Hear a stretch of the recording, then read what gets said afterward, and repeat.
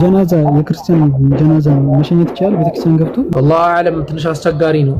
መዘየሩን አስመልክቶ የክርስቲያን ቀብር መዘየር ይቻላል ይላሉ ዑለማዎች። መሸኘቱም ይቻላል ብለው ያስቀምጣሉ ዑለማዎች። ነገር ግን በመሰረቱ እንትኑን ነው የማይፈልጉት። ይሄ ቤተክርስቲያን መግባቱ ላይ ትንሽ አንዳንድ ጥያቄዎች አሉ። ከዛ አንፃር ሰደ ለዘሪዓ ችግር የለውም። እነሱ ጋር ሄደን እንትን እንላለን እንሸኛቸዋለን። ግን ቤተክርስቲያኑ ላይ መግባቱ ይሄ ቅዳሴው ላይ ምናምኑ ጫጫታው ላይ እንትን መዋሉ ብዙ አስፈላጊ አይደለም፣ ጥሩም ነገር የለውም እና ያንን ብታረገው የተሻለ ይመስለኛል። ሰላም አለይኩም አቡበከር። ወአለይኩም ሰላም ወራህመቱላሂ ወበረካቱ። በቅድሚያ ለምታደርገው ዳዕዋ ጀዛከላህ። የኔ ጥያቄ ምንድነው ቀብርን በተመለከተ ነው ጥያቄ። እሱ ምንድነው ጥያቄ አሁን ለምሳሌ ሁላችንም ነፍሳችን ስትወጣ ነፍስያችን ትወጣለች እና ቀብር ውስጥ ደግሞ እንደማንናገር ይታወቃል። እና እንዴት ነው ቀብር ውስጥ ነኪርና ሙንከር የሚጠይቁን? ወይስ እዚች ጋር ትንሽ ሰፋ አድርገህ ብታብራራልኝ? እሺ፣ አንድ ቀን ሙሉ የሆነ ጊዜ የምታስታውሱ ከሆነ አንድ ቀን ሙሉ ቀብርን ብቻ አስመልክተን ገነት ገሃነምን የቀብር ቅጣትን አስመልክተን በጣም ሰፊ ማብራሪያ ሰጥተናል። ችግር የለውም ኢንሻአላህ ወደፊት እንመጣበታለን። ዛሬ ለአንተ የሚሆነ የተወሰነ መልስ እናስቀምጥ። የሰው ልጆች በቁርአንም በሐዲስም እንደመጣው ቀብር ኢማ ረውደቱ ሚን ሪያዲል ጀነ አው ሑፈሩ ሚን ሑፈሪ ናር፣ የጀነትን ሽታ የጀነትን ጸጋ የምናይበት ቦታ ወይ ደግሞ ከገሃነም ሸለቆች መካከል አንዱ ነው ሊሆን የሚችለው። የቀብር ቅጣት የሚባል ነገር አለ ነው። አላህ ወለንዚቀነሁም ሚነል ዐዛቢል አድና ዱነል ዐዛቢል አክበር ለዐለሁም የርጂዑን፣ ትንሹ የሆነውን ቅጣት ከትልቁ ቅጣት በፊት እንቀጣቸዋለን ይላል አላህ ሱብሓነሁ ወተዓላ። ይህ ቅጣት ምንድነው ሲባል ቃለ ኢብኑ መስዑድ ረሕመቱላሂ ዐለይሂ ዐዛቡል ቀብር። ኢብኑ መስዑድ ረዲየላሁ ዐንሁ አላህ ሱብሓነሁ ወተዓላ ስራቸውን ይወድላቸውና ምን ብለው ነው ያስቀመጡት? የዐዛበል ቀብር ነው፣ ስለ ቀብር ቅጣት ነው ብለው ነው የሚያስቀምጡት። ስለዚህ ያ የቀብር ቅጣት አለ። የቀብር ቅጣትን አስመልክቶ የነኪር ሙንከርን አስመልክቶ ያ ሁሉ ነገራቶች እንዴት ነው ማን ነው እንዴት ነው የምንጠየቀው? ሩሃችን ከሰውነታችን ይለያል አይደለም የሚል ጥያቄ ይመጣል። አዎ ሩሃችን ከሰውነታችን ይለያል። የምእመን ሩህ ስትሆን የምእመኗ ሩህ ወደ ላይ ትወጣለች። ማን هذه الروح الطيبه ይህች ምን አይነት ውብ የሆነች ሩህ ናት? የማን ሩህ ናት? ምንድናት ተብሎ ይጠይቃል። አይ የገሌ ናት። ከዛ አንቺ መልካም ሩህ ሆይ፣ አንቺ መልካም መንፈስ ሆይ እንኳን እንትን መጣሽ፣ ከዚህ በኋላ ጥሩ ነገር ይጠብቅሻል ብለው ያበስሯታል። ከዛ በኋላ ወረታችን እንድትመለስ ይደረጋል። የሙጅሪሙን በተመሳሳይ ደረጃ ይወቀሳል፣ ወረታችን እንዲመለስ ይደረግና ሰውነት ውስጥ ይገባል ነው የተባለው። ሩህ የሚባለው ነገር ወደ ሰውነታችን ይመለሳል። ወደ ሰውነታችን ሲመለስ ግን ያኛው ዓለም እንደዚህ ዓለም አይደለም። አንጮህበትም። ለምሳሌ ሲጮሁ አንሰማም። ጩኸታቸው ከኛ ዴሲ በላይ ነው፣ ከጆሮአችን መስማት ከሚችልበት አቅም ማለት ነው። በእጃቸው ተንቀሳቅሰው ሊፈነቅሉ አይችሉም። በቃ ያን ነገር ማህዱር ነው፣ አይችሉም። ለየት ያለ ዓለም ነው። ግን ሩሃቸው ወደ ሰውነታቸው እንደሚመለስ እንደሚጠየቁም እንደሚቀጡ ነብያችን መሐመድ ሰለላሁ ዐለይሂ ወሰለም ነግረውናል። ከዛ በኋላ ደግሞ መቀስቀስ የሚባለው ኮንሴፕት ሙሉ በሙሉ መንቀሳቀስ በሚችሉበት መንገድ የሚቀሰቀሱበት ጊዜ ደግሞ ይመጣል ማለት ነው። ሩህ ደግሞ ትመለሳለች ስንል ኦኬ ሩህ የምትመለስ ከሆነ ስጋ ይበሰብስ የለው ያለ? አው ስጋ እኮ የሚበሰብሰው በእኛ አይን ነው። አላህ Subhanahu Wa Ta'ala ዘንድ ያ የሚባል ነገር የለም። ያኛው ዓለም ሌላ ዓለም ነው። መላእክቶችን፣ ሰይጣን፣ አጋንንቶችን የምንመለከትበት ሌላ ዓለም ነው እና ያንን መሰረት ያደረገ ሙግትም ሐሳብም ነው የምናነሳው። ኦኬ እዚህ ላይ ወስደው ማለት ነው ሩሁ ተመልሳ ለሰውየው ያው ገይብም ሆኖ ሩሃ ተመልሳ ሰውየው ሲገብቶ። እሺ አንድ ሞር እዚህ ጋር ጥያቄ ልጠይቅና ወርዳለሁ። ይሄን የቀብርን ጥያቄ የሚናገር ወይም የሚያብራራ የቁርአን አያ አለ? እቱ ምንድነው? ዐዛበል ቀብርን አስመልክቶ ነሰሰሪ አይደለም በቁርአን ደረጃ ዐዛበል ቀብር አለ ወይስ የለም የሚለው ማለት ነው። ለምን የእስልምና ሸሪዓው ያው የቁርአኑን እንመጣለን። የእስልምና ሸሪዓ ከሶስት ነገር አንፃር ይነሳል። ቁርአን አለ፣ ሐዲስ አለ፣ ዘነው የዑለሞች ኢጅማዕ አለ። ሶስቱም የራሱ የሆነ ማስረጃ አለው። አላህ Subhanahu Wa Ta'ala የቅጣትን አስመልክቶ መመልከት እንችላለን። ለምሳሌ ويوم تقوم الساعة وادخلوا آل فرعون أشد العذاب إلى الله سبحانه وتعالى ያቺ ሰዓቷ በምትቆምበት ቀን ሱረቱል ጋፊር አንቀጽ 46 ሰዓቷ በምትቆምበት ቀን አድኺሉ አለ ፍርዓውን አሸደ العذاب አለ። አሸድ በሚል ነው ያስቀመጠው። ይሄ ተፍዲል የማድረግ ቃል ነው። አሸድ የሚለው ከዛ በፊት የነበረው ቀለል ያለ ነበረ ነው ሐሳቡ። ስለዚህ አሸደ العذاب ማለት ምን ማለት ነው ሲባል قال القرطبي رحمه الله ይህንን የቁርአን አንቀጽ ተጠቅመው እነ ሙጃሂድ ኢክሪማ ወሙቃቲል ወሙሐመድ ብን ከዕብ እነዚህ ሁሉ ትላልቅ ሰለፎች የሰለፍ ትልቅ ዕውቀት ያላቸው የሆኑ ሙፈሲሮች هذه الآية تدل على عذاب القبر ስለ عذاب القبر ያወራል ብሎ ነው ያስቀመጡት። ابن كثير رحمة الله عليه وهذه الآية أصل كبير في استدلال أهل السنة على عذاب البرزخ في القبور وقبر لي يقبر قطات لمنورو يا أهل السنة تلقوا ማስረጃ ነው።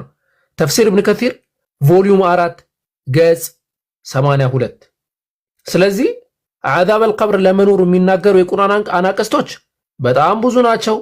ቀደም እየጠቀስኩልህ ነበረ።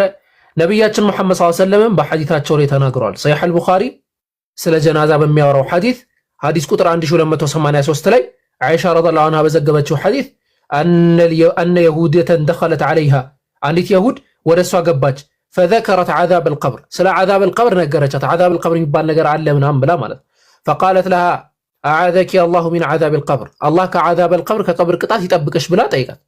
فسألت عائشة رضي الله عنها رسول الله صلى الله عليه وسلم عن عذاب القبر ነብያችንን አይሻ ጠየቀቻት። ኦኬ ነገር እውነት ነው እንዴ عذاب القبر የሚባል ነገር ምንድነው ብለው ጠየቀቻት። فقال نعم عذاب القبر አዎ عذاب القبر የሚባል ነገር አለ አሉ ነብያችን መሐመድ ሰለላሁ ዐለይሂ ወሰለም። قالت عائشة رضي الله عنها فما رأيت رسول الله صلى الله عليه وسلم بعد صلى صلاة إلا تعوذ من عذاب القبر سبحان الله ነብያችን መሐመድ ሰለላሁ ዐለይሂ ወሰለም ከዛ ቀን ጀምሮ ከዛ በኋላ ሁሌ ሳየው عذاب القبر الله ሆይ ከعذاب القبر ጠብቀኝ ሳይሉ እንትን ዘወር ብለው ያቁም ሁሌ ነበር አላህን የሚጠይቁታል። ስለዚህ عذاب القبر የሚባለው ነገር ሐቅ ነው። የቀብር ቅጣት የሚባለው ነገር ሐቅ ነው። አላህ በቁርአን ላይ ተናግረናል። በደንብ አድርጎ ተናግሯል። ያ ወይለና መን በዐሰና ሚን መርቀዲና ሃዛ ማ ወዐደ الرحمن وصدق المرسلون እስከ መርቀድ ተብሎ የተጠቀሰው የቅጣት ታይምን ነው ጊዜን ነው ሱረቱል ያሲን ላይ ማለት ነው። እና ያንን አስመልክቶ የቀብር ቅጣት ሐቅ ነው። የቀብር ቅጣት ለመኖሩ ብዙ ማስረጃዎች ከቁርአንም ከሐዲስ ማምጣት ይቻላል። ግን ከቁርአን ብቻ ወይ ከሐዲስ ብቻ ማለታችን ዛት ማሽ ብዙ ጥቅም የለውም። ምክንያቱም عذاب القبر ثابت የሆነ ነገር ስለሆነ ማለት ነው። በግልጽ በነስ በሆነ ሐዲስም በእጅማዕ ዑለማም ስለመጣ ያው በሐዲስም በቁርአንም እንደመጣው ማለት ነው። ገብቷል አቢቢ? እሺ ሹክራን። ያው ሞር ጎግል አደርጋለሁ እኔም ጀዛከላ። ለዛሬው ግን በቂ መልስ ሰጥተኛል። ጭብጡን ይዤዋለሁ። የኔ ጥያቄ የነበረው መጀመሪያም ያቺ ነፍስያዋ ትመለሳለች የሚለው ላይ ነበር። ጀዛከላ ቴንክ ዩ። እሺ ወይያክ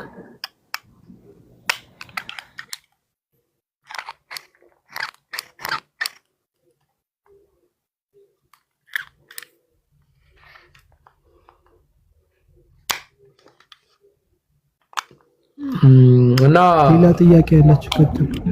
በክርስትና አስተምሮ ባይዘው ቅጣት ብሎ ማለት ከሞት በኋላ ነው ብለው ያምናሉ በመሰረቱ ማለት ነው። ማቴዎስ ወንጌል ምዕራፍ 29 ቁጥር 28 አካባቢ ያለውን ጥቅስ አይ ቲንክ እየተጠቀሙ እንደዚህ አይነት ሙግቶችን ሊሞግቱ ይሞክራሉ። በእነሱም ማብረጃ አለ፣ የቅጣት ማብረጃ ቀድሞ የሚገቡበት የሚነጡበት ቦታ አለ። ከዛ በኋላ ደግሞ ወደ ዋናው ቅጣት የሚሄዱበት ማለት ነው። ማቴዎስ ወንጌል ምዕራፍ 25 ከቁጥር 42 እስከ 31 ጀምሮ እንዲሁም እዛው እስከ 46 ከ31 እስከ 46 ጀምሮ ያለውን ሀተታ ብትመለከቱት በደንብ ሐሳቦችን ማግኘት ትችላላችሁ ማለት ነው ኢንሻአላህ። ትዝታ ሰላም ብያለሁ። እንዴት ናችሁ? እንዴት ነሽ? ደህና ነሽ ወይ? አለሁ ደህና። ትናንት ኮሜንት ስጽፍ የነበርሽው ልጅ ነሽ አይደለ? አዎ ነኛው።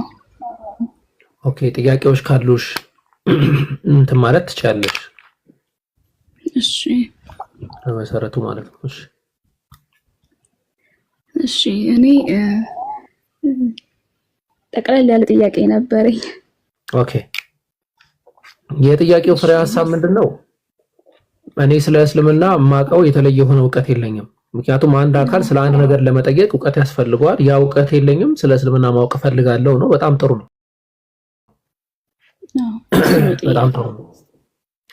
እስልምና ብሎ ማለት ምንድነው ከተባለ እኛ እንደምናምነው ትምህርታችንም እንደሚጀምረው ኢስላም የሚለው ቃል ኦኬ፣ ይህ አንድ አካል ኢስላም ምን ማለት ነው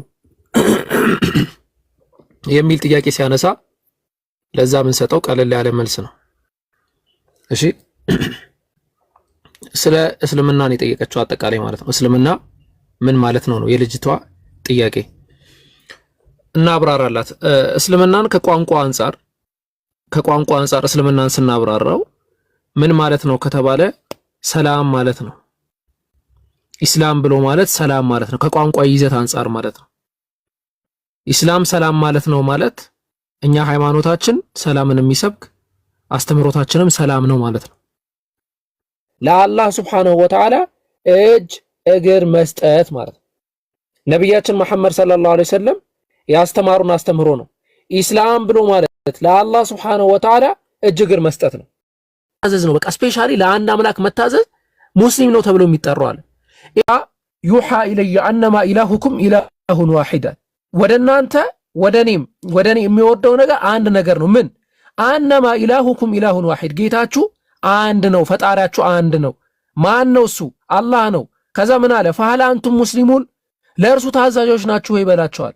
ሙስሊም ናችሁ ወይ? ለዛ ለአንድ አምላክ ታዛዥ ናችሁ ወይ? እኛ ሁሉንም የሚወክል እኮ ነው አንድ አምላክ ማምለክ፣ ለአንድ አምላክ መታዘዝ የሚለው ቃል። ሰው እንዴት ሙስሊም አልሆንም ብሎ እንዴት ይሞግታል? ሰው እንዴት እስልምና ስህተት ነው ብሎ እንዴት ይሞግታል? ሙስሊም ብሎ ማለት እኮ ለአንድ አምላክ እጅ እግር መስጠት ማለት ነው። የአንድ አምላክ እንደው በአትሪቢዩት መከፈል፣ ይሄ ነው አምላክ ብሎ ማስቀመጥ። ሱረቱል በቀራ ምዕራፍ 2 አንቀጽ 128 ላይ ረበና ጌታችን አሉ ይላል። ማን ያለው? ኢብራሂም። ማን ያለው? ኢስማኤል። ረበና ወጀዐልና ሙስሊመይን፣ ጌታችን ሆይ ለአንተ ሙስሊሞች አድርገናል። ወሚን ዙርየቲና ኡመተን ሙስሊመተን ለክ፣ ከኛም ከዘሮቻችን ሙስሊም ኡመቶችን አድርግልናል። ባይበልም ላይ እንዞራለን ከፈለጋችሁ። ነቢያቶች በሙሉ ሙስሊም አድርገን ብለው ነው የለመኑት። ለአንተ ታዛዥ አድርገን ብለው ነው የለመኑት። ከአንተ ጋር በመስማማት ሰላምን የምናገኝ ሰዎች አድርገን ብለው ነው የለመኑት። እንቀጥላለን። አሁንም ሱረቱል ኢምራን ምዕራፍ 3 አንቀጽ 67 ላይ ኢብራሂም ይሁዲም ክርስቲያንም አልነበረም አለ፣ ግን ወደ ቀጥተኛው ሃይማኖት የተዘበበለ ሙስሊም ነበረ፣ ከአጋሪዎችም አልነበሩም አለ። ሙስሊም ነበረ፣ ሐነፍ ነበረ፣ የሐነፊን መንገድ የሚከተል ነበረ። ሐነፍ ማለት አንድ አምላክ የማምለክ አስተምሮ ማለት ነው፣ እስልምና ማለት። ነቢያቶችም በዚህ በሐነፍ መንገድ ላይ ነው የነበሩ። ሱረቱል በቀራ ምዕራፍ 2 አንቀጽ 130 ላይ ከኢብራሂም ሕግጋት ነፍሱን ያቄለ ሰው ካልሆነ በስተቀር የሚያፈገፍግ ማን ነው? በቅርቢቱም ዓለም በእርግጥ መረጥ ነው አለ፣ በመጨረሻይቱም ዓለም እርሱ ከመልካሞቹ ነው አለ። ስለ ኢብራሂም ሲያወራ ቀጠል አደረገና ምን አለ? ጌታው ለእርሱ ታዘዝ ባለው ጊዜ መረጠው፣ ለዓለማት ጌታ ታዘዝኩኝ አለ ይላል። ታዘዝኩኝ ለሚለው የገባው የአረብኛ ቃል ምንድነው? አስለምቱ ሊረቢል ዓለሚን። ታዘዝ ሲባል ምን በል ነው የተባለው? አስሊም ስለም ነው የተባለው። እሱ ምን አለ? ሰልም ያለው አለ፣ ለአንድ አምላክ ታዝዣለሁ አለ ኢብራሂም አለይሂ ሰላም። ይህ ብቻ አይደለም። ነቢያችን ኑህ አለይሂ ሰላም በሱረቱል ዩኑስ ምዕራፍ 10 ቁጥር 67 ላይ ብትሸሹም አትጎዱኝም፣ ከምንዳ ምንም አልለምናችሁም፣ ምንዳዬ በአላህ ላይ ነው እንጂ በሌላ አይደለም፣ ከሙስሊሞችም እንድሆን ታዝዣለሁ አለ። ወኡሚርቱ አን አኩነ ሚነል ሙስሊሚን፣ ከሙስሊሞች እንድሆን ታዝዣለሁ። ማናቸው የሚሉት ነቢያችን ኑህ አለይሂ ሰላም። ሱረቱል አዕራፍ ምዕራፍ 7 አንቀጽ 126 ላይ የጌታችንም ተአምራት በመጡለት ጊዜ ከማናቸውም በቀር ከእኛ አትጠላም፣ ጌታችን ሆይ በእኛ ላይ ትዕግስትን አፍስስ፣ ሙስሊሞችም ሆነን ግደለናል። ማን አርገን ግደለን? ሙስሊም ሆነን ግደለን። ማናቸው እነዚህ? የፊርዓውን ጠንቋዮች ሙስሊም አርገህ እንጂ እንዳትገለን ብለው አስቀምጧል። ሙሳ ሙስሊም ነበረ ወይ? አዎ። ወቃለ ሙሳ ያ ቀውሚ ኢን ኩንቱም አመንቱም ቢላሂ ፈዐለይሂ ተወከሉ ኢን ኩንቱም ሙስሊሚን። ሙሳም አላለ ህዝቦቼ ሆይ በአላህ አምናችሁ እንደሆነ በእሱ ላይ ተጠጓል፣ ታዛዦችም እንደሆናችሁ በአላህ ላይ ተመኳል። ታዛዦች ለሚለው የገባው የአረብኛ ቃል ምንድነው? ሙስሊሚን የሚል ነው። እና ይህንን አስመልክቶ በጣም ብዙ አናቅስቶችን ማምጣት ይቻላል። እነዚህን አናቅስቶች ስናመጣ ያ ማለት ቁርአን ነው ወይ ማስረጃችሁ? ከቁርአን ውጪ ማስረጃ የላችሁም ወይ የሚል ጥያቄ ሊመጣ ይችላል። አዎ ጥሩ ነው ጥያቄው። ጥያቄውን ግን በአውዱና በይዘቱ በመልኩና በፈርጁ ነው ልንመለከተው የሚገባው። ምክንያቱም እኛ ሙስሊሞች ነን። ሙስሊሞች የምናምነው ቁርአንን ነው። አይ ቁርአን ከሱ በፊት ስለነበሩት ቀደምት ነገራቶች እንዴት ይናገራል ከተባለ ሁሉም መለኮታዊ መጻሕፍት ናቸው ተብሎ የሚታሰቡት መጻሕፍቶች ስለ ቀደምት አካላት ይናገራል። ባይብልንም አስመልክቶ ማለት ነው። ባይብልንም ብንመለከት ስለ ቀደምት መጻሕፍት ማብራሪያ ይሰጠናል። ስለ ቀደምት ነገራት ንግግርን ይነግረናል። ስለዚህ ስለ ቀደምት ነገር እሱ ባልነበረ ጊዜ መናገር አይችልም አንልም። አውራጁ ማን መሆን አለበት? አንድ አምላክ መሆን መቻል አለበት። አንድ አምላክ ከሆነ አለቀ። ከዛ በኋላ ክርክር የለም። ስለዚህ የቁርአን አውራጅ ቁርአንን ያወረደው ቁርአንን የተረከልን ማን ነው? አንድ አምላክ ነው ወይ ሲባል አላህ እንዲህ ብለህ ንገራቸዋል። አላህ እንዲህ ብለህ ንገራቸው አንተ ሙሐመድ ሆይ ቁል ነዘለሁ الذي يعلم السر في السماوات والارض ያ በሰማይና ምድር ያለው ሚስጥር የሚያውቀው ጌታ እርሱ አላህ ነው ያወረደው በላቸዋል። ሱብሃንአላህ አላህ እሱ ነው ያወረደው። የዓለማትን ሚስጥር የሚያውቅ በሰማይ በምድር ያለው ሚስጥር የሚያውቅ ምን በላን ምን ጠጣን ስንት ሰዓት ተኛን ስንት ሰዓት እንትናልን አይናችን ምን ያህል ጊዜ እርግብግቢት ምንድነው ይባል አዎ ተርገበገበ የሚለውን የሚያውቀው ማን ነው? ማን ነው? አላህ ነው። ያ አምላክ አላህ Subhanahu Wa Ta'ala እርሱ ነው የነገረን በላቸው ብሎ ነው ያስቀምጥ። እርሱ ነው የነገረን በላቸው ብሎ ነው ያስቀምጥ። የነገረው እሱ ነው ብላ ንገራቸው አለው ለነብያቸው ሰለላሁ ማን ነው ይህንን ነገር የሚያወርድልህ ብለው ሲጠይቋቸው ያ አንድ አምላክ ማን ነው? ሱረቱል ሙሐመድ ምዕራፍ 47 ቁጥር 19 ላይ እነሆ ከአላህ ሌላ አምላክ አለመኖሩን እወቅ አለ። ከአላህ ሌላ አምላክ የለም። ያ አንድ አምላክ ከእርሱ ውጪ ሌላ የማይመለክበት ነው።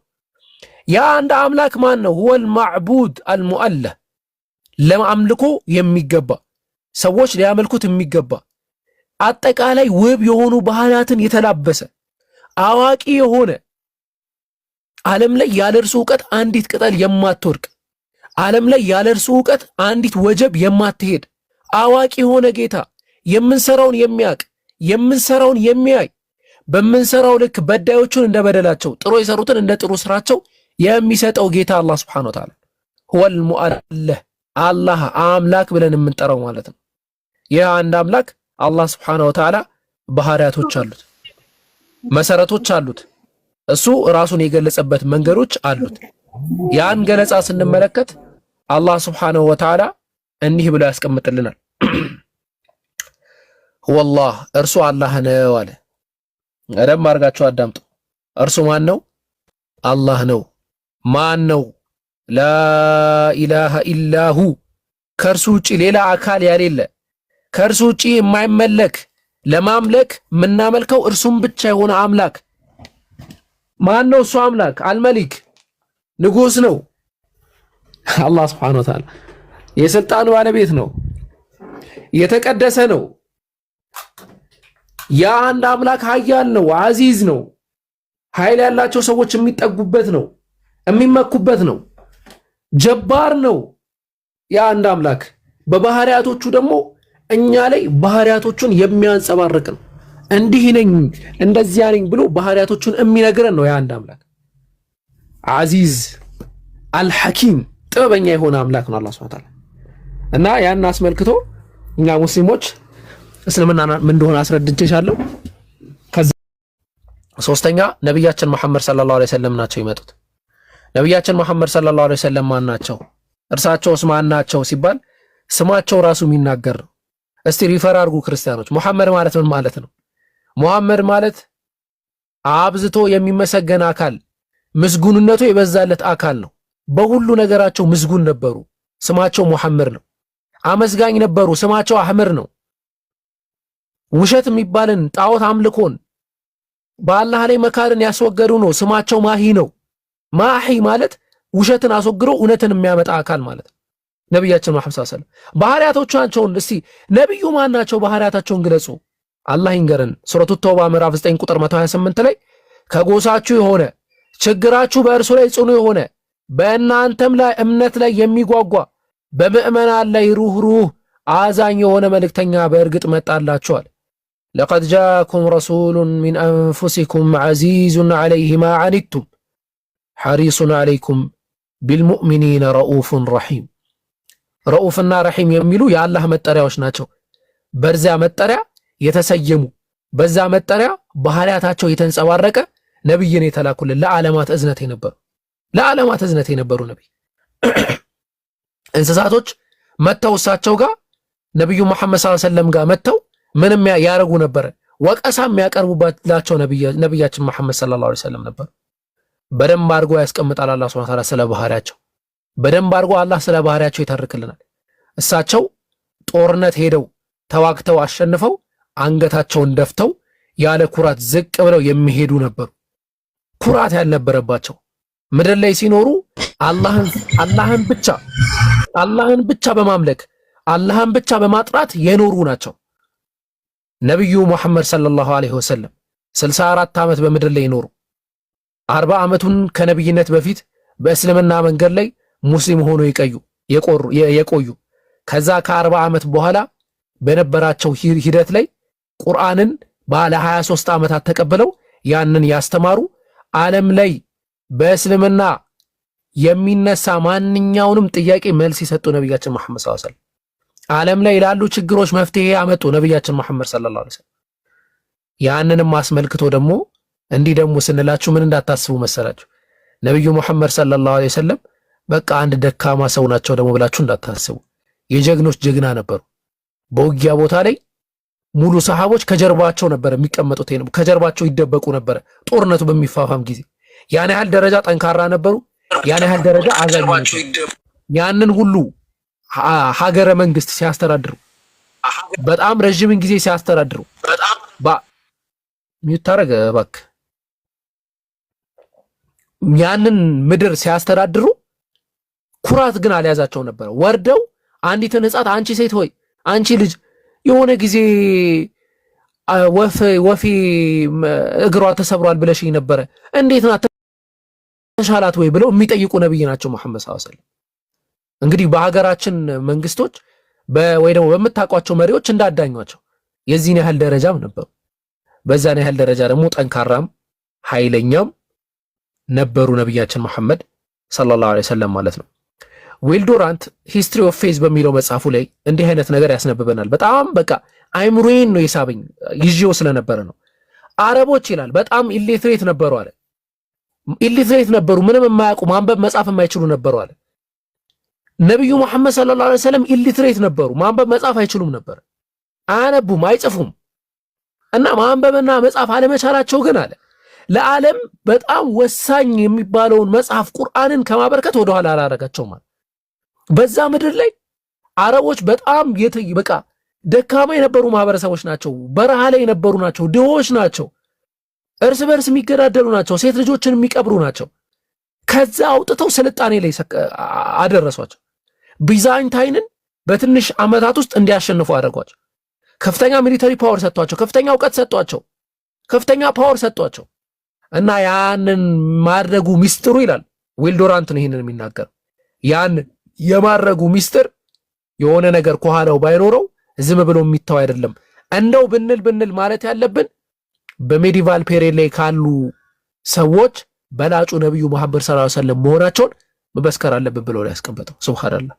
ማን ነው የሚናገረው? ዊል ዱራንት ነው። ሂስቶሪያን ነው፣ ሙስሊምም አይደለም ጭራሽ። የዓለምን ሂስትሪ ባጠናበት መጽሐፉ፣ የሃይማኖትን ሂስትሪ ባጠናበት መጽሐፉ የተናገረው ነው። እሺ እኚህ ነብዩ መሐመድ ሰለላሁ ዐለይሂ ወሰለም እስቲ ቁርአን ላይ አንዳንድ የተገለጹ ነገራቶችን እንመልከት። ሱረቱል ሙናፊቁን ምዕራፍ 63 ቁጥር 1 አላህ እንዲህ ይላል ኢዛ ጃአከል ሙናፊቁነ ቃሉ ነሽሀዱ ኢነከ ለረሱሉላህ ወላሁ የዕለሙ ኢነከ ለረሱሉሁ ወላሁ የሽሀዱ ኢነል ሙናፊቂነ ለካዚቡን። መናፍቃን በመጡ ጊዜ አንተ የአላህ መልእክተኛ መሆንህን በእርግጥ ምለን እንመሰክራለን ይሉሃል አለ አላህ። አላህም አንተ በእርግጥ መልእክተኛው መሆንህን ያውቃል። የአላህ መልእክተኛ ናቸው።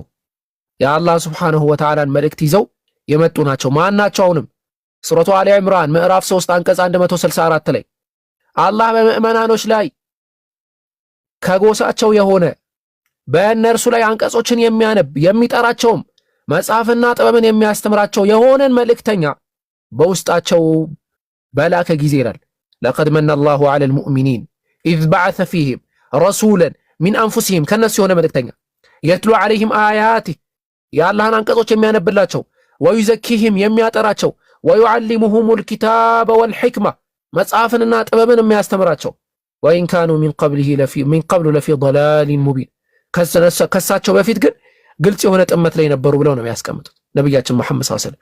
እኚህ ነቢይ ለማን ነው የተላኩት? ለጎሳ ነው ወይ የተላኩት? ለሆነ ሀገር ነው ወይ የተላኩት? ሱረቱ ሰባ ምዕራፍ 34 ቁጥር 28 ላይ አንተም ለሰዎች ሁሉ በመላ አብሳሪ አስፈራሪ አድርገን ቢሆን እንጂ አላክንህም ይላል አላህ ሱብሓነሁ ወተዓላ። ወማ አርሰልናከ ኢላ ካፈተን ሊናስ ካፋ ጠቅላይ የሆነች ቃል ናት። ለሁሉም ሰው ነው የላክንህ። ነቢያችን መሐመድ ሰለላሁ ዐለይሂ ወሰለም በሐዲስ ላይ ከሌሎች አንቢያቶች በብዙ ነገር ተለይቻለሁ ከዛ መካከል ለዓለማት ነው የተላኩት ብለው ነው ያስቀመጡት። እኚህ ነቢይ ማካነ ሙሐመዱን አባ አሐድ ሚን ሪጃሊኩም ወላኪን ረሱለላህ የአላህ መልእክተኛ ነበሩ። ወኻተመ ነቢይን የነቢያትን መደምደሚያ ነበሩ። ይሄ ነበረ ስማቸው ማንነታቸው ማለት ነው። ህይወታቸውን ስንመለከት በህይወታቸው ሲኖሩ በጣም ቀለል ያለ ህይወትን የኖሩ የተካበደ ህይወትን ያልኖሩ የሆነ ጊዜ አላህ ሀብት ሲሰጣቸው አላህ የሆነ ነገር ሲሰጣቸው በጊዜው 100 ግመልን አንስተው ሰደቃ ሰጡት። አንዱ ሄደና አንተ ያላህ መልእክተኛ ነህ ይሁዲ ነው ሰደቃ ስጠኝ አሉት። በቃ ቸግሮኛል የሆነ ነገር ስጠኝ አላቸው። 100 ግመል አንስተው ሰጡት። ደነገጠ። አረ ህዝቦች ያለ ይሄ አካል ነብይ ነው። 100 ግመል ማለት 100 ቦይንግ ነው። በአሁን ጊዜ ቦይንግ አይሮፕላን ታውቃላችሁ አይደል? ያን ያህል ቢሆን ነው በዛ ጊዜ ሑምር የሆኑ በጣም ውብ የሆኑ 100 ግመሎችን አንስተው ሲሰጡት ሻሃዳ ነው ያዘው ቀጥታ። ምክንያቱም ይሄ ምን አይነት ሰው ነው? ረሃብን የማይፈራ የሆነ ነገር የማይፈራ ምን አይነት ነብይ ነው? ሰው ሻሃዳ ነው የሚይዘው አለ ቀጥታ እዛ። የዚህን ያህል ደረጃ ህይወትን የኖሩ ናቸው። ተርበዋል፣ ተጠምተዋል፣ ተደብድበዋል፣ ብዙ ነገር ተደርገዋል። ያ ሁሉ ግን የአላህን መንገድ ማቅናትን መሰረት ያደረገ ነብያችን መሐመድ ሰለላሁ ዐለይሂ ወሰለም ጦርነት ላይ ተከበው በጣም የሚበሉት የሚጠጡት አጥተው ሰሃቦች በቃ ነብዩ ጋር ሄደን የሆነ ነገር አርጉን በልብለው መጡ። ወደ አቡበከር ሲዲቅ ሲመጡ አቡበከር ሲዲቅ ድንጋይ ያስሯል ሆዱ ላይ ከረሃብ ብዛት በዛ በረሃ በዛ ቃጠሎ። እንግዲህ አረብ ሀገር ያላችሁ ሰዎች ታውቃላችሁ።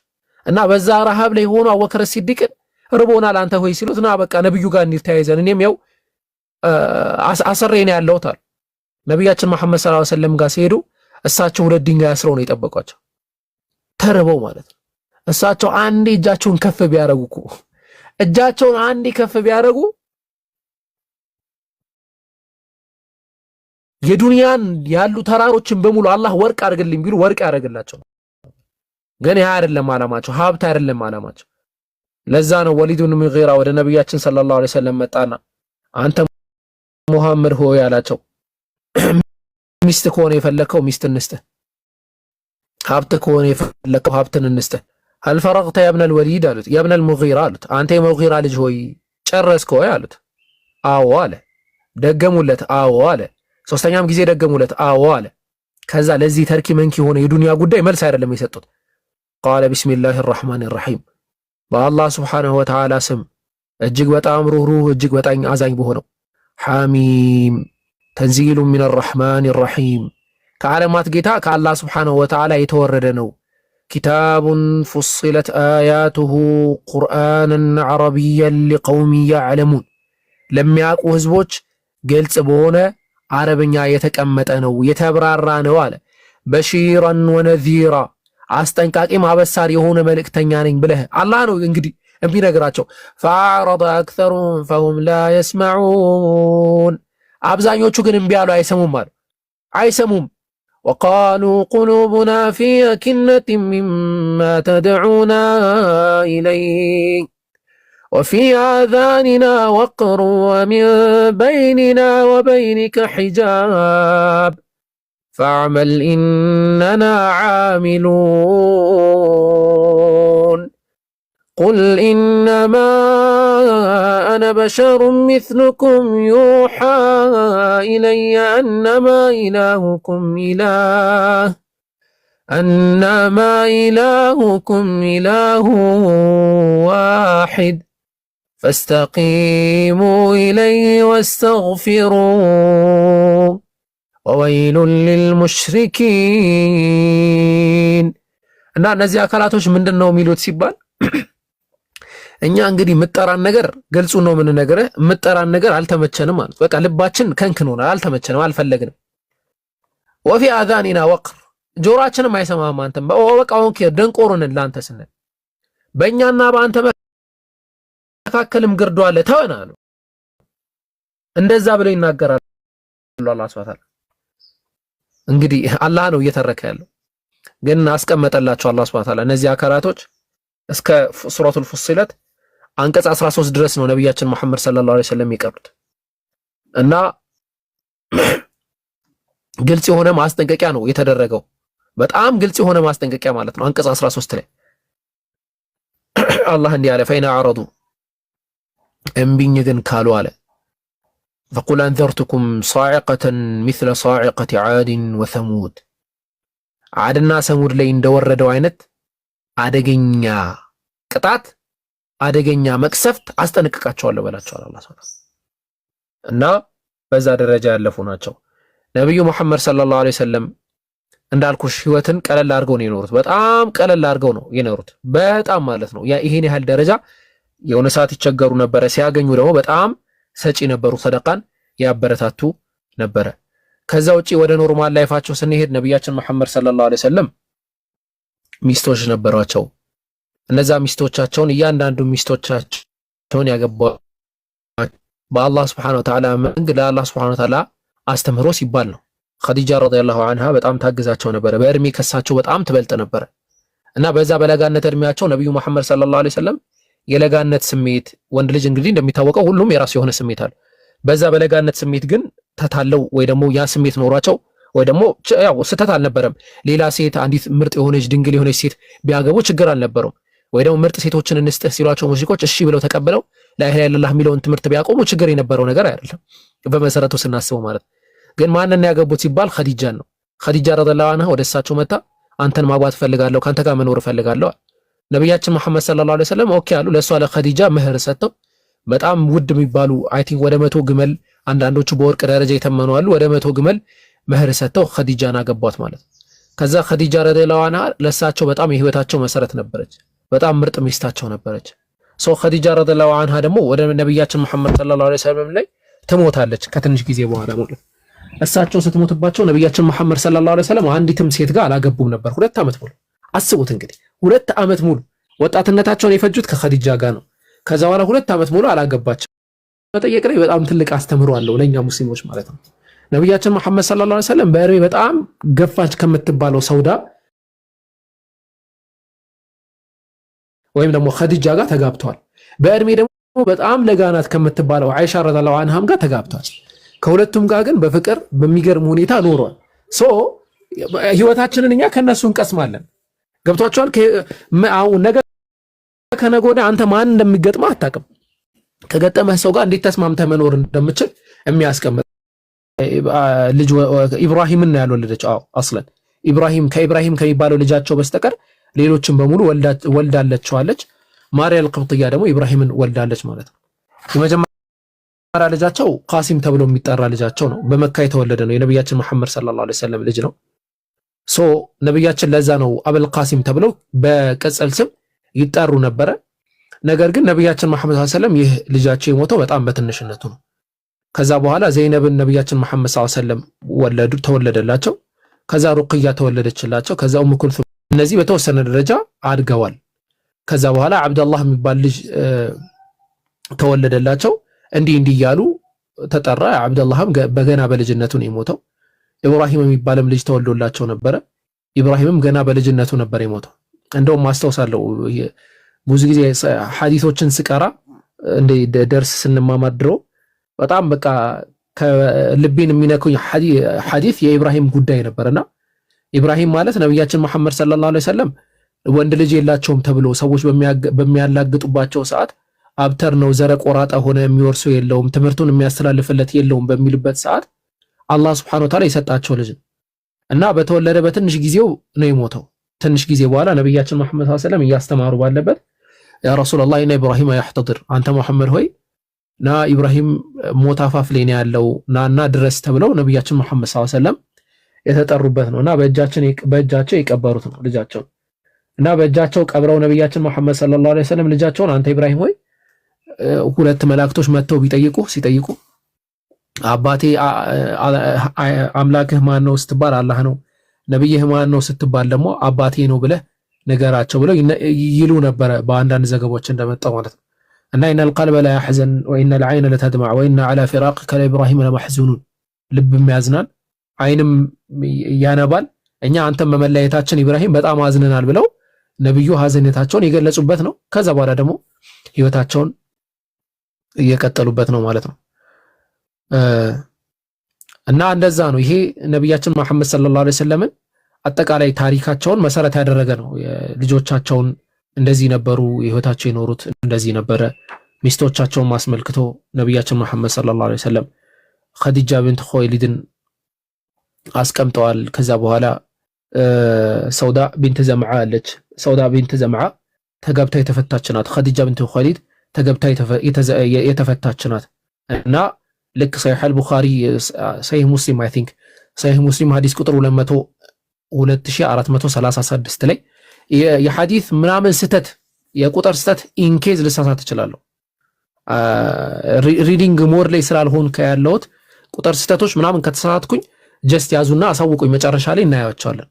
እና ሰሒህ ሙስሊም ሐዲስ ቁጥር 2436 ላይ ነብያችን መሐመድ ሰለላሁ ዐለይሂ ወሰለም አይሻ ረዲየላሁ ዐንሃ በዘገበችው ሐዲስ ላይ ለም የተዘወጅ ነብዩ ሰለላሁ ዐለይሂ ወሰለም على خديجة حتى مات خديجة እስከምትሞት ጊዜ ቀን ድረስ ነብያችን መሐመድ ሰለላሁ ዐለይሂ ወሰለም እሷ ላይ እንዳላገቡ ተነግሯል። ከዛ በኋላ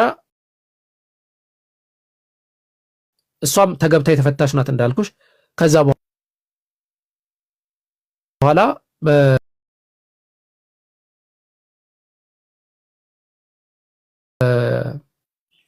ሰውዳ ነብያችን መሐመድ ሰለላሁ ዐለይሂ ወሰለም አስቀምጣ አግብተዋታል። ከዛ በኋላ አይሻ ረዲየላሁ ዐንሃ አለች።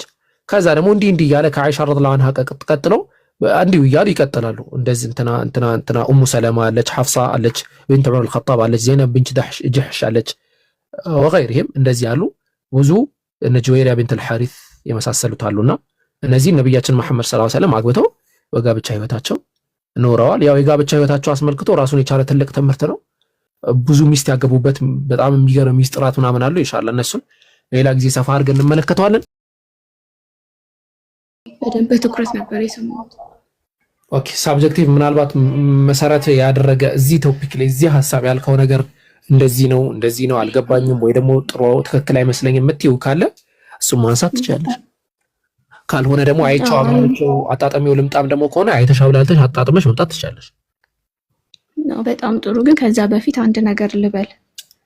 ኦኬ እሺ። እና እኔ ስለ እስልምና ለማወቅ ስፈልግ ያለ ማንም ተጽዕኖ በራሴ ፍላጎት ነበርና ምናልባት በደንብ መረዳት እንድችል አንተ የምትጠቁመኝ ማንበብ ያለብኝ መስማት ያለብኝ ነገሮች ካሉ ምክንያቱም በቂ ሆኜ የሆነ ሰዓት አምኜ ወደ አንዱ ብዬ አምኜ እስልምና ላይ ለመግባት ስበቃ ከዚህ ወደዚህ የሚባል ነገር እንዲኖር አልፈልግም። ምክንያቱም አንዱ ነው ልክ ብዬ እንድመጣ ይሄን ትቼ ይሄን የሚሆን ነገር አልፈልግም። ሁሉም ልክ እንዳልሆነ አንዱ ነው ይሄ ነው ልክ ብዬ እንዳምን የምታግዙኝ መጽሐፍ ወይም ነገር ካለ ሪኮመንድ የምታረጉኝ በራሴ አንብቤ ጥያቄ ሲኖረኝ እንድጠይቅ። ኦኬ እስልምና ላይ ለሚነሱ ጥያቄዎች እኔ በመሰረቱ የኔን መጽሐፍ ሪኮመንድ አደርግሻለሁ። እስልምና ላይ ለሚነሱ ጥያቄዎች ማለት ነው እሰጥሻለሁ፣ ችግር የለውም።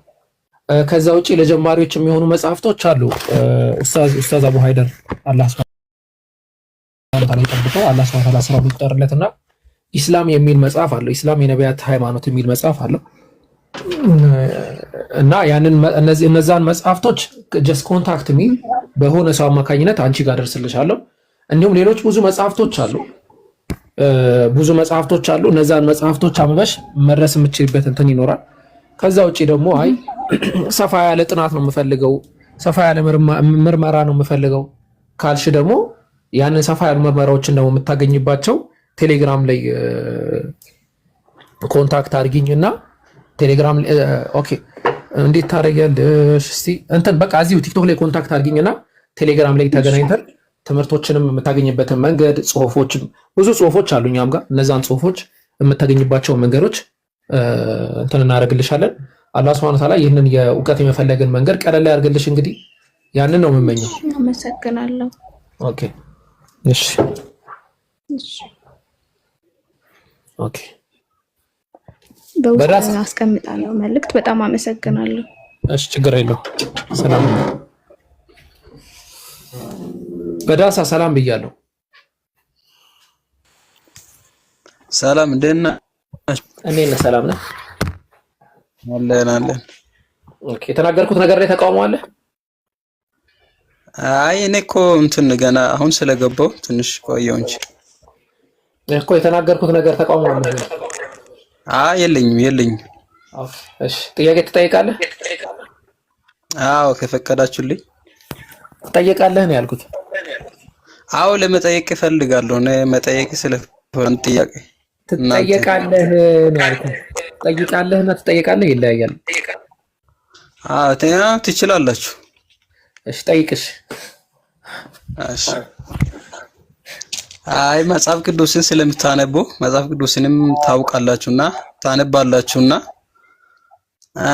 ስለዚህ ደግሞ እስካሁን ካነበባችሁትና ከተረዳችሁት ነገር ስለ ኢየሱስ ክርስቶስ የተጻፈውን ምን ትላላችሁ? ወይስ ደግሞ ኢየሱስ ማን ትላላችሁ እናንተ እንደ ሙስሊሞች ማለት ነው?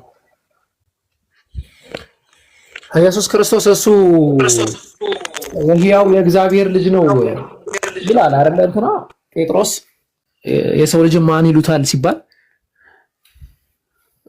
አይደለ? በዲሳ አዎ የህያው የእግዚአብሔር ልጅ ነው ይላል። እኛ ኤክስፕሊሲትሊ እንመለከተዋለን። ኤክስፕሊሲትሊ ኢንሴንስ ምን ማለት ነው? የህያው የእግዚአብሔር ልጅ ነው የሚለውን ለምሳሌ ማቴዎስ ወንጌል ላይ ያለውን ዘገባ በማርቆስ ወንጌል ላይ ስትመለከተው ወይም ሌሎች ዘገባዎች ላይ ብትመለከተው የእግዚአብሔር ልጅ የሚለው ቃል መሲህ ማለት ነው። ቅቡዕ የተቀባ እንደማለት ነው የሚጠቀሙት በእነሱ ዩዜጅ ማለት ነው። መሲህ ቅቡዕ መሆኑን እናምናለን። ኢየሱስ ክርስቶስ መሲህ መሆኑን በልብህ ብታምን ነው የሚለው። መሲህ ወይም የተቀባ መሆኑን ብታምን ይላል። እኛ ኢየሱስ ክርስቶስ የተቀባ መሆኑን እናምናለን በመሰረቱ ማለት ነው። ለዛ ነው ማርቆስ ወንጌል የመጨረሻው ምዕራፍ ላይ ኢየሱስ ክርስቶስ ተሰቀለ ምናምን ከሚለው ትንታኔ በኋላ የኢየሱስ ክርስቶስ ሐዋርያት በመንገድ ላይ እየሄዱ ኢየሱስ ክርስቶስ ራሱ ይመጣና ስለማን እያወራችሁ ነው ብሎ ይጠይቃቸዋል። ይህ ስለምንድን ነው ሲሏቸው በእግዚአብሔርና በሰው ፊት አስተውሉ፣ በእግዚአብሔርና በሰው ፊት በስራ ሁሉ የከበረ ይሁን ምናምን ስለነበረው ስለ ክርስቶስ ኢየሱስ ነው ብለው ነው የሚያስቀምጡት። ኢየሱስን ክርስቶስ በሰውና በእግዚአብሔር ፊት ሕያው ስለነበረው ስለ ክርስቶስ ነው ብለው ያስቀምጡለታል። እሱም ያንን ነገር አልነቀፋቸውም። ሌላው ኢየሱስን ማን ብላችሁ ታምኑታላችሁ? ኢየሱስን ሰው ነው ብለን እናምናለን። ፉል የሆነ ሰው ነው፣ ልክ እንደኛ የሆነ ሰው ነው ብለን እናምናለን። ለዛ ነው የዮሐንስ ወንጌል ምዕራፍ 8 ቁጥር 40 ላይ ኢየሱስ ክርስቶስ ሰው መሆኑን ግልጥ አድርጎ የሚያስቀምጠው። ግልጥ አድርጎ ሲያስቀምጥ ምን ይላል? ከእግዚአብሔር የሰማውን ሰው ልትገሉኝ ትፈልጋላችሁ? አብርሃም እንዲህ አላደረገም ማለት። ከማን የሰማ ነው? ከእግዚአብሔር የሚሰማ ማን ነው? ሰው ነው። ያን ከእግዚአብሔር የሚሰማ ነቢይ፣ ከእግዚአብሔር የሚሰማ አካል ነው ብለን እናምናለን። በተጨማሪም ኢየሱስ ክርስቶስ ነቢይ ነው። ነቢይ ስለነበረው የቀደመው ማርቆስ ጥቅስ ላይ ነቢይ ስለነበረው ነው የሚለው ጥቅሱ። መሲህ ነው። ከዛ በኋላስ ምንድነው? ከእግዚአብሔር የሚሰማ የነበረ አካል ነው። ያ ነው ዮሐንስ ወንጌል ምዕራፍ 17 ቁጥር 3 ላይ የዘላለም ሕይወትን ብቻ እውነተኛ አምላክ የሆንክ አንተም የላከውም ኢየሱስ ክርስቶስ ያውቁ ዘንድ ይህች የዘላለም ሕይወት ናት ይላል። ሰው ኢየሱስ ክርስቶስ እንደዛ ነው ብለን እናምናለን። ይህ አስተምሮ የኛ ብቻ አስተምሮ አይደለም። አምላክና ኢየሱስ ክርስቶስን መለየት የሚጀምረው ከኛ አይደለም፣ በመሰረቱ ማለት ነው። ከኛ ሳይሆን ሐሳቡ መጀመሪያ ደረጃ የሚጀምረው በደንብ አድርጋችሁ አስተውሉ። መጀመሪያ ደረጃ የሚጀምረው ከሐዋርያት ነው። ሐዋርያት ከዛ በኋላ ደግሞ ከሐዋርያት ቀጥሎ የመጡት ትላልቅ አበዎች አፖስቶሊክ ፋዘርስ ብለን የምንጠራቸው ሙሉ በሙሉ ኢየሱስ ክርስቶስን ከአምላክ ለይተው ነበር የሚያስቀምጡት ሙሉ በሙሉ ማለት ነው። እነ ኢግናሽየስን መመልከት እነ ክሌመንትን መመልከት ይቻላል። ለምሳሌ ኦልደስት የሆነው ወይም ደግሞ በጣም የቆየው የሐዋርያን አበው ወይ ደግሞ የሐዋርያት ተማሪ በማን ነው ኤፌሶን ላይ ተጠቅሶ ፊልጵስዩስ ላይ ተጠቅሷል ክሌመንት እና ፊልጵስዩስ ላይ የተጠቀሰው ክሌመንት ኦፍ ዘ ሩም ተብሎ የሚሰኘው አካል ወደ ሆነ ከተማ በጻፈው የቤተክርስቲያን ደብዳቤ ላይ ምን ብሎ ነው ያስቀመጠው? አምላክን በኢየሱስ ክርስቶስ በኩል ለአምላክ ክብር ይሁን ብሎ ነው ያስቀመጠው። ኢየሱስ ክርስቶስና አምላክን ሊትራሊ ለይቶታል። ማንን ከማን? አምላክ ከኢየሱስ ክርስቶስ ለይቶ ነው ያስቀመጠው እና ያንን እኛ ሙሉ በሙሉ እንቀበላለን። ከዛ በኋላም ያሉ በጣም ብዙ ሐዋርያና አበው የምንላቸው ከዛ በኋላ ደግሞ ከሐዋርያና አበው ቀጥሎ የመጡ ቸርች ፋዘሮችንም ሁሉንም ማስቀመጥ ይቻላል። በሐሳብ ደረጃ ራሳቸው ኢየሱስ ክርስቶስን አምላክ ለማድረግ ከጣሩት ትንሽ ኤሌት ከሆኑ አካላቶች በተቃራኒ ማለት ነው። ኤሌቶች አሉ እሱን አምላክ ለማድረግ የጣሩ ማለት ነው እና ያንን ነው ምናምነው በደሳ። እሺ እንትን አንድ ነገርም ማለት ግልጽ ያገንትን መልስ ስለሚፈልግ ልጅ ነው ግን የአብ ልጅ ብላችሁ ታምናላችሁ? ኢየሱስ የአብ ልጅ ነው ብላችሁ ታምናላችሁ? ካነበባችሁት ማለት ነው። አታምኑ? አዎ ኦኬ። የአብ ልጅ ነው ብላችሁ አትቀበሉትም ማለት ነው። አዎ እና ግን ብዙ ቦታ ላይ አባቴ እያለ ሲያወራ አይታችሁታል ሲታነቡ መቼም። አባቴ እያለ ሲያወራ ነበረ ብዙ ቦታ ላይ። አባት የሚለውን ቃል ሚልኪያስ ምዕራፍ 2 ቁጥር 10 ላይ በተመሳሳይ ደረጃ አባት የሚለውን ቃል ይጠቀሙታል አይሁዶች። ለእኛስ አንድ አባት ያለን አይደለም ወይ ይላሉ።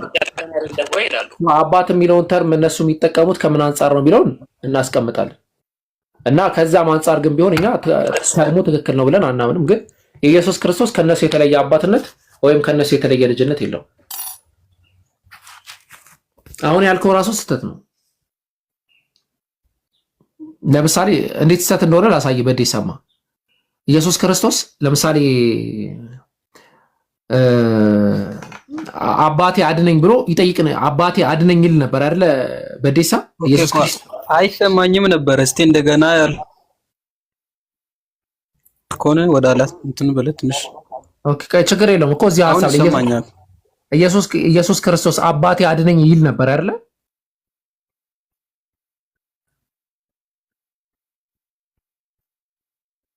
በዴሳ አዎ እሺ፣ ኢየሱስ ክርስቶስ አባቴ አድነኝ ሲል የሚናገረው መለኮቱ ነው አባቴ አድነኝ የሚለው ወይስ ስጋው ነው?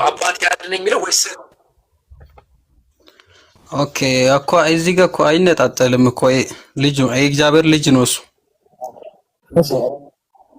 የተናገረው ልጁ ነው ማለት ነው። ማንነቱ የእግዚአብሔር ልጅነቱ ነው፣ ስጋው አይደለም ማንነቱ እኮ መለኮት ነው አድነኝ ነው። መለኮት ድነት ይፈልጋል። በዴሳ ቆይ መለኮት ድነት ይፈልጋል።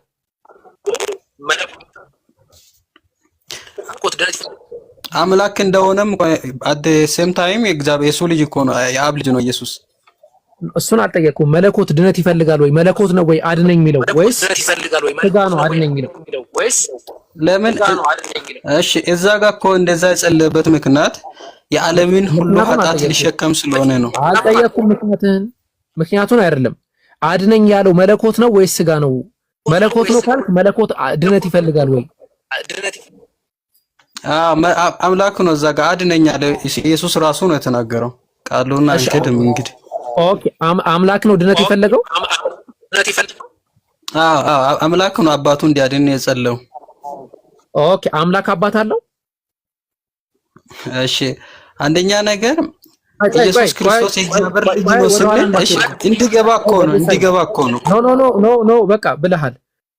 ቆይ ብለሃል። በጣም ጥሩ። እዛ ጋር የተናገረው ማን ነው ብሎናል? አምላክ ነው አለኝ። አምላክ ድነት እየፈለገ ማለት ነው። ሱብሃንአላህ። አምላክ አድነኝ እያለ አምላክ ድነት የሚፈልግ ከሆነ እንዴት ያንን አካል ይሄ እኮ እኛ ልናድነው መተባበር አለብን እንጂ እንዴት ነው የምናመልከው? ድነት እየፈለገ አምላኩ ስጋ ነው ወይ ብዬ እድል ሰጡት። አይ አይደለም አምላክ ሆኗል። ምክንያቱም ችግር ይፈጠራል ስጋ ነው ካል አውቆታል። ከዚህ በፊት አውርተንበታል። አይ ቲንክ እንዴት አምላክ ድነት ይፈልጋል? አምላክ አድነኝ ይላል። አምላክ ዓለማትን የፈጠረ ድህነት ከማን ነው ይፈልገው? አይ አምላክ ልጅ አባት አለው ተባለ። አምላክ አባት አለው ወይ? አዎ አባት አለው። ኦኬ አምላክ አባት የሌለው አምላክ አለው ወይ ብለን እንጠይቃለን። አባት የሌለው አምላክ አለው ወይ? የለም ከተባለም ችግር ነው፣ አለም ከተባለም ችግር ነው። አባት የሌለው አምላክ የለም ከተባለ ኦኬ አብ አባት አለ ወይ ብለን እንጠይቃለን። የለም አይ የለም ከተባለ ሰው አባት አብም መንፈስ ቅዱስም አምላክ አይደሉም ማለት ነው። ይሄ ኢሎጂካል ነው። ምን እንረዳው ማንችለው ነው። ትክክለኛ ነገር አይደለም። አካሄዱ ስህተት ነው። አምላክ አንድ ነው። የሚወልድ የሚዋለድ የሚባዛ አይደለም። የሚወልድ የሚዋለድ ነገር የሚወረስ ወይም ደግሞ ስልጣን ማካፈል የሚፈልግ አካል ነው። አምላክ እንዴት እንደዚህ ይሆናል? እንዴት ለአምላክ እንደዚህ አይነት ቦታ ትሰጣላችሁ? አላህ ለዛ ነው ቁርአን የሆነ ቀደሩላህ ሐቅ ቀድሪህ ብሎ የሚያስቀምጠው። አላህን የሚገባውን ያክል እንትን አላሉትም ነው የሚለው። የሚገባውን ያክል ክብር አልሰጡትም ነው የሚለው። እንዴት አምላክ ላይ እንደዚህ አይነት ጨዋታ እንጫወታለን? እንዴት አምላክ ላይ እንደዚህ አይነት ሐሳቦችን እናነሳለን? ይህ ስህተት ነው። አሁንም በዴሳ ሐሳባችን ላይ ስቲክ እናድርግና ሐሳቡ ላይ ብቻ እንቀጥል። እሺ እንዲያብራራ እኮ እድል ስጠኝና ኢየሱስ ኦርቶዶክስ ስላልሆነ ደንብ ማብራራት ያስፈልጋል እዚህ ጋር ማለት ነው።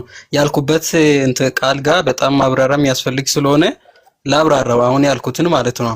አንደኛ ነገር ኢየሱስ ክርስቶስ የእግዚአብሔር ልጅ ነው ስንል at the same time እያልን ያለ ነው አምላክ ነው ኢየሱስ እያልን ነው ያለ ነው። እንዴት እንደዛ ትላላችሁ ብላችሁ ከጠየቃችሁኝ አንደኛ ነገር ሰው የሚወልደው ወስ ደግሞ ከሰው የሚገኘው የሰው ልጅ ሰው ነው እንትን መውለድ የሚችለው ማለት ነው። ሰው የሚያስገኘው ራሱን ሰውን ነው መልሶ ማለት ነው።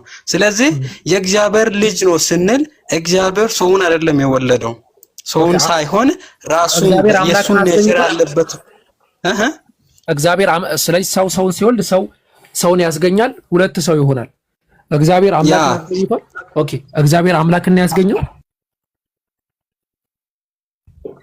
እና በቃ ልጅ ሲባል እኮ በቃ እንደዛ እኮ ነው። ያው ስም ነገር ነው። ኢየሱስ ክርስቶስ ከአብ ነው የተገኘው። የአብ ግኝት ነው ኢየሱስ ክርስቶስ።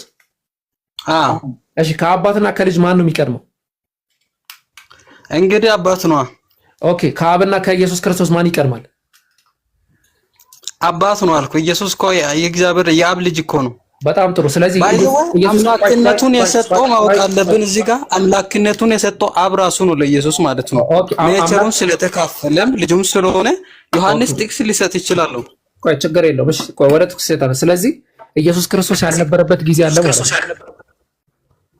በአብ ውስጥ ነበረ ከማቸም እንትና ለዛ በደንብ እንትን ስለማይሰጥ ነው እንጂ በአብ ውስጥ ነበረ ኢየሱስ ከዘላለም በፊት በአብ ውስጥ ማለት ያ በአብ ውስጥ ማለት በአብ ውስጥ ማለት እኔም ማብራሪያ መስጠት አልችልም። እንግዲህ ከሱ እንደተገኘው ዓለማት ሳይፈጠሩ በፊት ዓለማትን በራሱ ልጅ እንደፈጠረ ቃሉም ይናገራል። ስለዚህ የእግዚአብሔር ልጅ ኢየሱስ ክርስቶስ አብ ውስጥ አለ ወይ? እንደኛ ቦዲ ነው ምን ውስጥ ያልከው በውስጡ ነበር አልከን። እንግዲህ እኛ ውስጥ አለ ስንል እንግዲህ ወይ አሁን አንድ ሴት ልጅ ላይ እርጉዝ ስትሆን ልጅ በውስጡ አይኖርም። እንደዛ ነው ወይ የነበረው ወይስ እንዴት ነው? ውስጥ ስትል ለሱማ ማብራሪያ መስጠት አልችልም ማለት ኦኬ ማብራሪያ መስጠት አላውቅም። እኔም ማውቀው ነገር እግዚአብሔር ቃል የምናገረው መናገር እችላለሁ። አብ ወልዶታል ኢየሱስ ክርስቶስ። አይ የእግዚአብሔር ቃል የምናገረው ኢየሱስ ክርስቶስ የአብ ልጅ እንደሆነ ነው። እሱ ደግሞ አብ ደግሞ የሱ አባት እንደሆነ ነው። ይለያያል። ይሄንን መመለስ ይችላል። ይለያያል። ቆይ ለምሳሌ አንድ ሰው ተነስቶ በደንብ ላሳየህ። አባት ልጅ እና መውለድ የሚባሉ ሁለት በጣም የተለያዩ ነገሮች ናቸው። ለምሳሌ እኔ እዚህ ያሉ ምናልባት ያስተማርኳቸው ሰዎች ካሉ ለነዛ ላስተማርኳቸው ሰዎች አባት ሆኗል። ግን ምን አይነት አባት ነው ማለት ነው? ወልጃቸዋለሁ ማለት ነው። እስቲ እንደገና በደንብ ምሳሌውን እኔ ለምሳሌ ለተማሪዎቼ አባት ነኝ።